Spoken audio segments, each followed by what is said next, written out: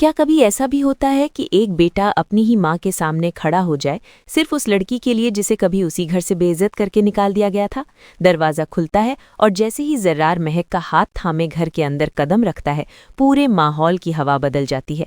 सीरत बेगम के चेहरे का रंग उड़ जाता है, जैसे किसी ने उनके पैरों तले ज़मीन खींच ली हो। उनकी आंखों में हैरानी, गुस्सा और डर एक साथ उमड़ पड़ते हैं।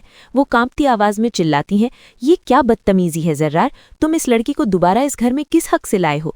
लेकिन इस बार जर्रार चुप नहीं रहता। उसकी आंखों में वो नरमी नहीं, बल्कि सख्ती और सच्चाई की आग जल रही होती है। वो सीधे अपनी माँ की आंखों में देखकर कहता है, ये बदतमीज़ी नहीं, मेरा फैसला है। वो फैसला जो मुझे बहुत पहले ले लेना चाहिए था। और उस एक पल में जैसे सालों का दबा हुआ सच बाहर आ जाता है। वो महक का हाथ और कसकर पकड़ लेता है, जैसे अब उसे कभी छोड़ना नहीं चाहता। वो अपनी माँ को एहसास दिलाता है कि उन्होंने महक और उसकी माँ के साथ जो किया, वो सिर्फ एक जुल्म नहीं, बल्कि इंसानियत के खिलाफ था। सीरत बेगम तिलमिला उठती हैं, उनका अहंकार उन्हें झुकने नहीं देता।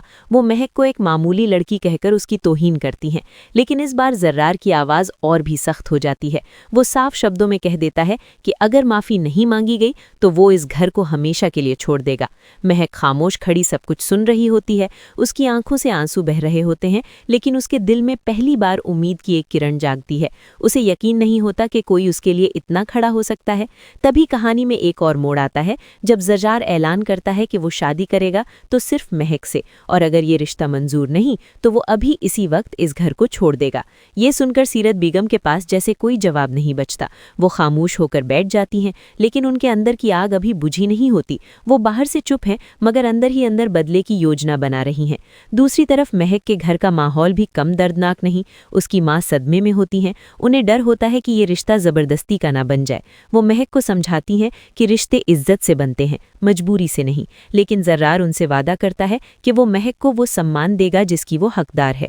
और यहीं से कहानी में एक नया तूफान उठता है। जब जीनिया को इस सब का पता चलता है, उसका गुस्सा 7वें आसमान पर पहुंच जाता है। वो अपनी माँ के साथ मिलकर नई चालें चलने लगती है। वो शरारत और झूठ का जाल बुनती है ताकि किसी तरह इस रिश्ते को तोड़ा जा सके। लेकिन इस बार एक और किरदार बदल चुका होता है, शहराम, जिसे अब सच्चाई समझ आ चुकी होती है। वो जीनिया की बातों में आने के बजाय जर्रार का साथ देता है। वो अपनी माँ से कहता है कि हमें अपनी गलती माननी चाहिए। और यहीं से कहानी और भी दिलचस्प हो जाती है। एक तरफ सच्चा प्यार है जो हर मुश्किल के बावजूद मजबूत हो रहा है, और दूसरी तरफ झूठ, अहंकार और साजिशें हैं जो हर हाल में इसे तोड़ना चाहती हैं। सीरत बेगम अब एक नई चाल चलती हैं।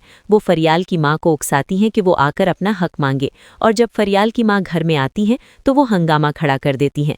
माहौल एक बार फिर गर्म हो जाता है, लेकिन इस बार जर्रार सबके सामने महक का हाथ पकड़कर कहता है कि उसका निकाह सिर्फ उसी से होगा।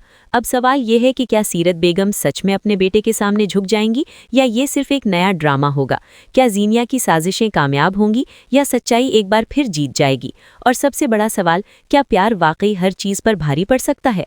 इस पूरी कहानी में हर मोड़ पर एक नई बेचैनी है। हर पल ये एहसास दिलाता है कि अगला कदम क्या होगा, और आखिर में यही समझ आता है कि रिश्तों की नींव अगर अहंकार पर रखी जाए तो वो कभी मजबूत नहीं हो सकती, लेकिन अगर उसमें सच्चाई और इज्जत हो तो हर तूफान छोटा पड़ जाता है। और शायद यही इस कहानी का सबसे बड़ा सबक है।